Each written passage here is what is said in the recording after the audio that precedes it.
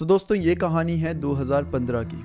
2015 तक media exposure के through IPS एक ऐसा ब्रांड बन चुका था जिसे लोग सीरियसली लेने लगे थे और इस वजह से जो टीम थी वो भी काम में काफी बिजी रहने लगी थी। और गौरव तिवारी तो प्रोफेशनल और पर्सनल दोनों फ्रंट पर थोड़ा ज्यादा ही बिजी हो गए थे। वो अपनी डिमांडिंग और अनयूजुअल प्रोफेशन और अपनी फैमिली लाइफ के बीच में बैलेंस बनाने की पूरी कोशिश कर रहे थे, जबकि उनकी फैमिली उनके करियर चॉइसेस से पूरी तरीके से खुश नहीं थी। इसी दौरान उनकी शादी भी फिक्स हो चुकी थी और गौरव की शादी अगले साल 28 जनवरी को होने वाली थी। और उस दौरान पर गौरव के लिए हर इन्वेस्टिगेशन में फिजिकली मौजूद होना थोड़ा सा मुश्किल हो चुका था। तो अब क्या होने लगा था कि गौरव तिवारी कहीं और होते थे और अपनी टीम को कहीं और भेज दिया करते थे फॉर इन्वेस्टिगेशन। अब गौरव सर की जो टीम थी वो भी इतनी काबिल थी और गौरव को भी इनके ऊपर पूरा कॉन्फिडेंस था कि अब कोई सी भी इन्वेस्टिगेशन होगी मेरी टीम उसको हैंडल कर सकती है। अब इस पूरे फेज में एक इंसिडेंट होता है जिसमें मेघना, सिद्धार्थ, साथ में रित और मोहन भी शामिल होते हैं। मेघना टीम की सबसे लेवल हेडेड मेंबर थी, सिद्धार्थ थोड़ा शाई और क्वाइट था।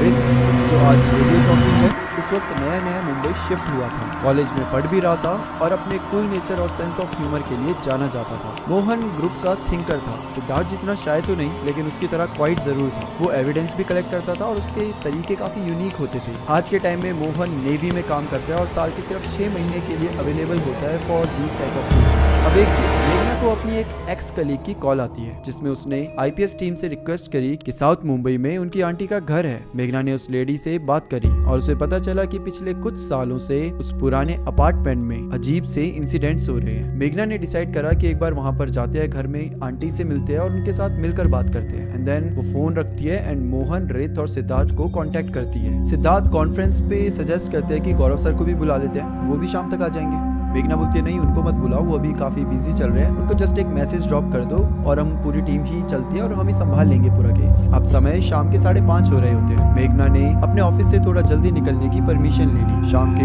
लगभग 8 बजे वो सब मुंबई के अलग अलग पार्ट से उस जगह पर पहुंच जाते हैं। वो साउथ मुंबई की कोई पॉश अपार्टमेंट बिल्डिंग नहीं थी। काफी सालों पहले जब देश के बाकी हिस्सों में फ्लैट्स का कॉन्सेप्ट अभी आम नहीं था, तब मुंबई ऑलरेडी मॉडर्नाइजेशन में आगे थी और ये स्टैंड अलोन बिल्डिंग उसी दौर की लगती है। नए और फैंसी बिल्डिंग्स के बीच ये बिल्डिंग ऐसे लग रही थी जैसे किसी पुरानी हॉरर मूवी से उठकर यहाँ रख दी गई हो। और पवार फैमिली जिनसे मेघना और उसकी पूरी टीम मिलने आई थी, वो इस बिल्डिंग के टॉप मोस्ट फ्लोर पर रहते थे। मेघना अब उस फ्लोर के बाहर खड़ी है। वो दरवाजे पर एक बार बेल बजाती है, सामने से कोई नहीं आता और फिर 2, 3, 4 ऐसे बार बार बेल बजानी पड़ती है।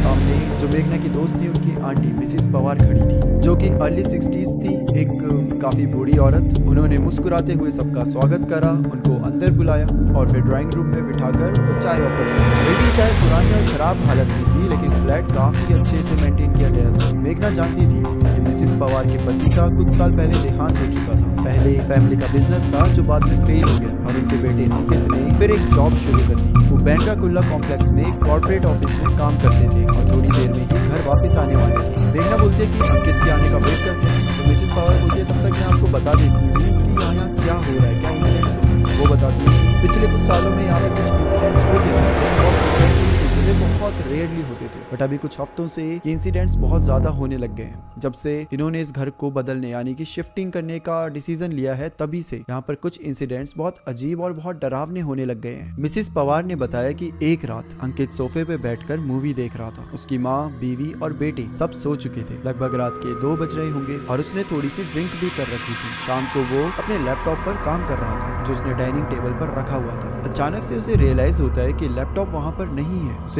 पता था कि वो थोड़ा सा टिप्सी हो सकता है ड्रिंक की वजह से, लेकिन वो पूरी तरीके से होश में था और उसे क्लियरली याद था कि लैपटॉप टेबल पर ही रखा था। उसने उठकर पूरा घर छान मारा, यहाँ तक कि बेडरूम में भी देखा, जबकि उसे यकीन था कि लैपटॉप तो वहाँ हो ही नहीं सकता। जब वो वापस आया तो लैपटॉप फिर से डाइनिंग टेबल पर पड़ा हुआ था। अब ये किस्सा सुनते ही जो रित था वो बोल पड़ता है अपॉर्शन और एस्पॉर्शन। अब मिसेस पवार रित को देखते हुए बोलते हैं कि हाँ भाई क्या मतलब है इस बात का। तो रित बताता है कि अपॉर्शन यानी कि चीजों का गायब हो जाना और एस्पॉर्शन यानी कि उन्हीं चीजों का वापस से वहीं पर दिख जाना। और ये पैरानॉर्मल की दुनिया में काफी कॉमन चीज है। अंकित ने अगली सुबह ये इंसिडेंट अपनी फैमिली के साथ डिस्कस करा, लेकिन उसकी फैमिली ने इसे अल्कोहल का असर बताया। हो सकता है अंकित ने भी कहा, क्योंकि अंकित ये कर सकता था, जो ऑलरेडी ड्रंक था, तो उसको भी ऐसा लगा कि शायद ये दारू की वजह से ही हुआ। लेकिन अगले कुछ दिनों में अंकित के साथ चीजें और बढ़ने लगी। उसके गाड़ी की चाबी के साथ होने लगी।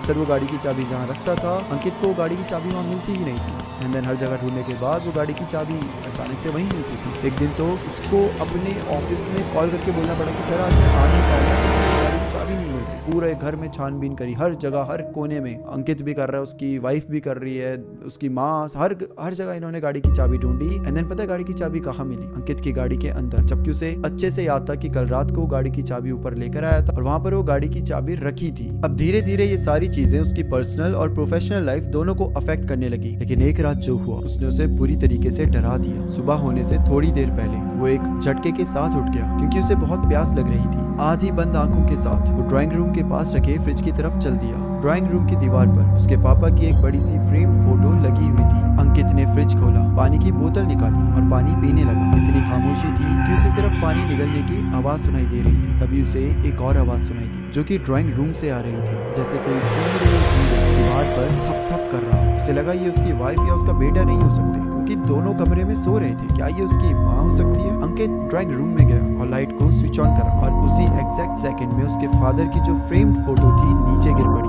और शीशे टूटकर बिखर गए। ये सुनते ही रित वापस बोल पड़ा, ये एक ऑब्जेक्ट मैनिपुलेशन है। अब ये सब चल ही रहा था कि तभी जो इनके मेन दरवाजे की डोरबेल होती है वो बज जाती है। मिसेस पवार कहती है कि शायद अंकित आ गया होगा। जाके दरवाजा खोलती है तो अंकित अंदर आता है। अंकित थोड़ा सा थका हुआ भी था और थोड़ा सा डरा हुआ भी था। थका हुआ इसलिए क्योंकि वो ऑफिस से घर वापस आ रहा था और डरा हुआ इसलिए क्योंकि वो घर वापस आ रहा था। अब मेघना और पूरी टीम अंकित से मिलती है एंड देन अंकित भी इनके साथ डिस्कशन में शामिल हो जाता है। मेघना आगे पूछती है कि आपकी वाइफ और आपकी बेटी नहीं थी? तो अंकित बताता है कि हाँ, मैंने अपनी मतलब ये सब जो चल रहा है ये बहुत ज़्यादा डेंजरस और रिस्की, इसलिए मैंने अपने बेटे और अपनी वाइफ को अपने इन-लॉज के घर नागपुर में भेज दिया। मेघना बोलती है कब? तो अंकित बताता है आज सुबह ही, कल रात के इंसिडेंट के बाद। अंकित ने आगे बताया कि पिछली शाम फैमिली ने एक रियल एस्टेट एजेंट को बुलाया। कुछ हफ्तों पहले ही सबर्ब्स में नया फ्लैट लेगा जहाँ कॉस्ट ऑफ लिविंग कम होती है और नया फ्लैट लेने के बाद भी इनके पास अच्छी खासी अमाउंट बच जाती है। उसने ये सब फैमिली से डिस्कस करके प्रॉपर्टी सर्च करने के बाद डिसाइड करा। इस डिसीजन के बाद से पैरानॉर्मल एक्टिविटीज बढ़ने लगी थी, लेकिन अब तक सिर्फ अंकित ही था जो ये सब एक्सपीरियंस कर रहा था। लेकिन पिछली शाम एंटिटी ने घर में मौजूद सारे लोगों को क्लियरली दिखा दिया कि वो इस डिसीजन से बिल्कुल खुश नहीं है। अंकित ने जब ये पूरा डिसीजन अपनी माँ को बताया कि हम घर शिफ्ट कर रहे हैं तो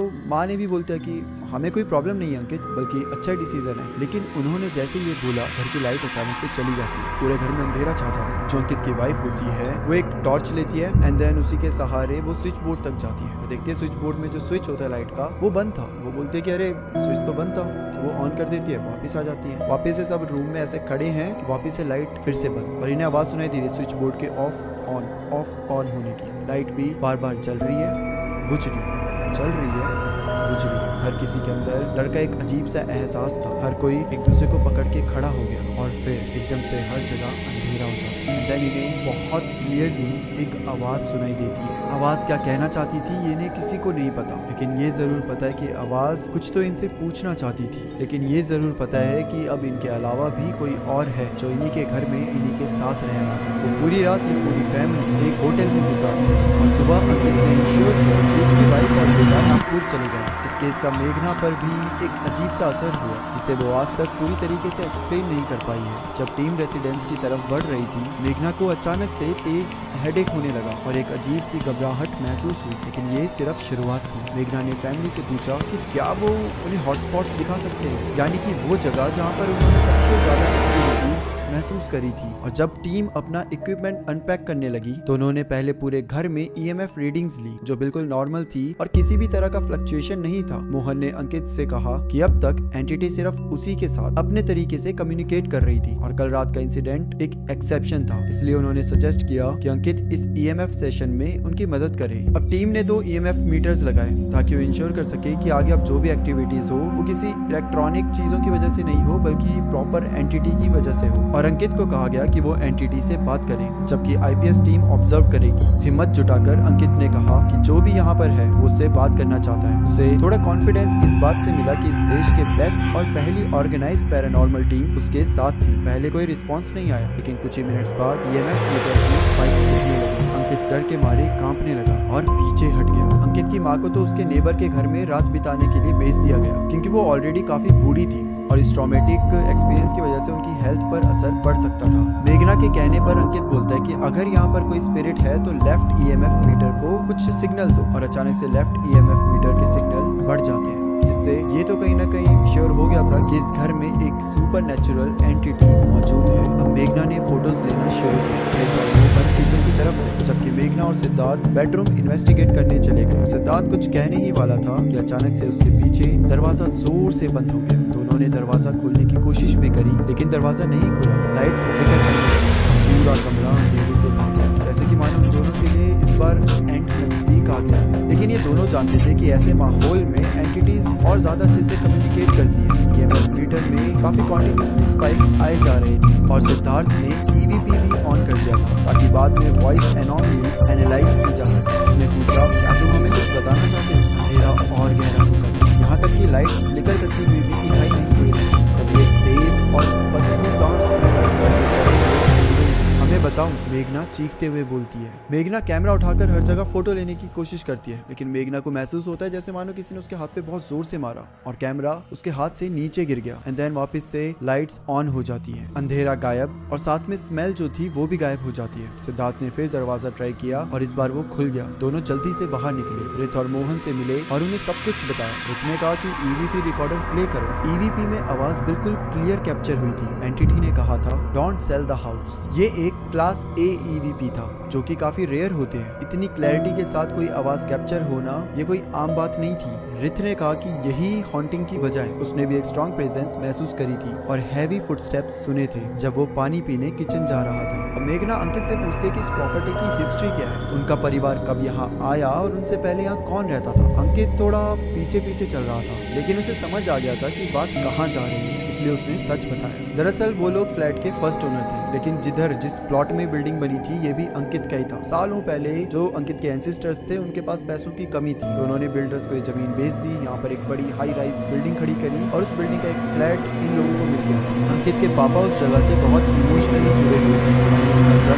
बचपन और पूरी जिंदगी गुजरी थी। घर बेचना उनके लिए एक बड़ा इमोशनल ट्रॉमा था, लेकिन उस वक्त उनके पास और कोई ऑप्शन भी नहीं बचा था। वो कभी भी वहाँ से जाना नहीं चाहते थे और ना ही चाहते थे कि उनकी वाइफ और बेटा वहाँ से जाए। अपनी मौत से कुछ दिन पहले उन्होंने कहा था, यही मेरा घर है, कहीं मत जाना, मैं भी यहीं रहूंगा तुम सबके साथ। और यही हुआ। अंकित के पापा की स्पिरिट पूरे घर को छोड़ के जा ही नहीं पाई। मरने के बाद भी वो इस घर में मौजूद थी। वो हमेशा अपने घर वालों के ऊपर नजर रखते थे और कई बार अपनी प्रेजेंस फील करवाने की कोशिश भी करते थे। लेकिन जब अंकित ने इस घर को बेचने का फैसला लिया तो उसके पापा की स्पिरिट को ये बात बिल्कुल पसंद नहीं आई। एंड देन वो और ज्यादा एक्टिव हो गई और बार बार अपनी नाराजगी, अपनी प्रेजेंस फील करवाने लगी। आईपीएस टीम सुबह जल्दी वहाँ से निकलकर अपने अपने घर पहुंच गए और थोड़ी देर के लिए अच्छे से नींद ली। सिद्धार्थ शाम को उठा और अपने रूम में पोस्ट इन्वेस्टिगेशन का काम शुरू किया। वो वॉइस एनॉमलीज एनालिसिस कर रहा था और हेडफोन्स पहने हुए था और तभी उसके दरवाजे पे बड़ी जोर से नॉकिंग हुई। दरवाजा खोलने पर सिद्धार्थ की मॉम सामने खड़ी थी और उन्होंने पूछा। मॉम पूछती है कि यहाँ और कौन है? सिद्धार्थ बोलता है, कोई भी नहीं, यहाँ तो सिर्फ मैं हूँ। तो उसकी मॉम बोलते है कि नहीं, मैंने क्लियरली यहाँ पर किसी औरत की आवाज सुनी थी। सिद्धार्थ बोलता है, आपको ऐसे लगा होगा। मम्मी भी चली जाती है। सिद्धार्थ वापस अपने काम करने लगा है एंड कुछ ही मिनट्स बाद उसने एक्चुअली किसी औरत के हंसने की आवाज सुनी। वो उठकर आसपास देखने लगा, लेकिन आसपास कोई भी नहीं था। फिर वो वापस कुर्सी पर बैठा ही था कि उसे रूम में किसी के चलने की आवाज सुनाई दी। इस बार ये आवाज बहुत क्लियर थी। अगले ही पल उसके वार्डरोब का दरवाजा अपने आप खुल गया। तब उसे समझ आ गया था कि रूम में कोई तो प्रेजेंस है। शायद वो उसके साथ वहां तक आ गई थी। उसने ईवीपी सेशन करके कंफर्म किया और पूछा, क्या यहाँ मेरे साथ कोई है? जवाब यस जैसा लगा। लाइट बंद हो गई और अपने आप चारों तरफ हवा का घेरा महसूस हुआ, जबकि सारे दरवाजे और खिड़कियां बंद थी। एनर्जी नेगेटिव लग रही थी। सिद्धार्थ इसे महसूस कर पा रहा था। फिर हवा भारी सी हो गई और एक अजीब सी खामोशी छा गई जो उसे बेचैन कर रही थी। तब सिद्धार्थ का फोन बजता है। मेघना का कॉल था। वो घबराई हुई आवाज में बोली, सिड मुझे कुछ बहुत बुरा मिला है। मेघना ने बताया कि हमने इन्वेस्टिगेशन के दौरान जितनी भी तस्वीरें खींची थी मैं उनको अच्छे से देख रही थी। जिन जिन तस्वीरों में तुम थे, सिद्धार्थ था, उसके पीछे कुछ तो गोट जैसा, यानी कि बड़े बड़े सींग और गोट के चेहरे जैसा मैनिफेस्ट हो रहा था। और इसका मतलब है एक डेविल। सिद्धार्थ को सुनते ही कांप जाता है और ये पिक्चर देखने के बाद मेघना भी डिस्टर्ब हो गई।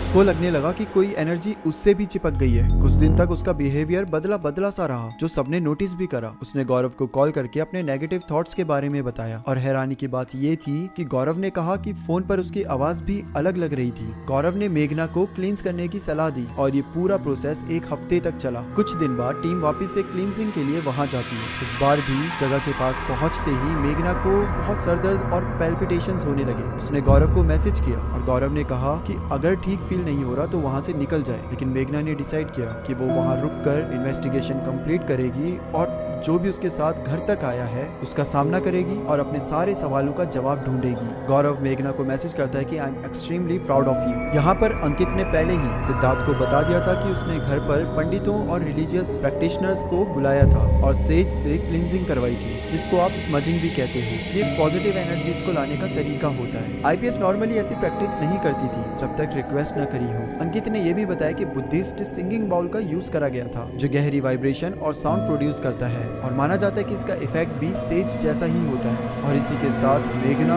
अंदर चल पड़ती है इन्वेस्टिगेशन। और जो इन्वेस्टिगेशन क्या थी, क्या सब था, वो मेघना ने डिस्क्लोज नहीं करा है और नहीं सिद्धार्थ ने आगे शायद इस डेविल के बारे में बताया। अगर आगे बताया होगा तो शायद मैं आपको इसके बारे में बता दूंगा, लेकिन ये जो भी था ये कुछ तो अलग था। और ये जो नागपुर वाला केस था और जो एक गोट का दिखना, एक डेविल का दिखना, एक ऐसी एंटिटी का दिखना जो इनके बस के बाहर हो, ये सारी चीजें इस केस को एक रेयरेस्ट ऑफ रेयर केस बनाती है। Well, that's it for today दोस्तों। आपको सीरीज कैसी लगी आप प्लीज कमेंट करके बताइए। अगर अच्छी लग रही है तो भी बताना, और अगर आपको कोई नई वीडियोस चाहिए अपार्ट फ्रॉम दिस सीरीज तो वो भी बताना। फिर मिलते हैं किसी और टॉपिक के साथ, तब तक के लिए bye bye and take care.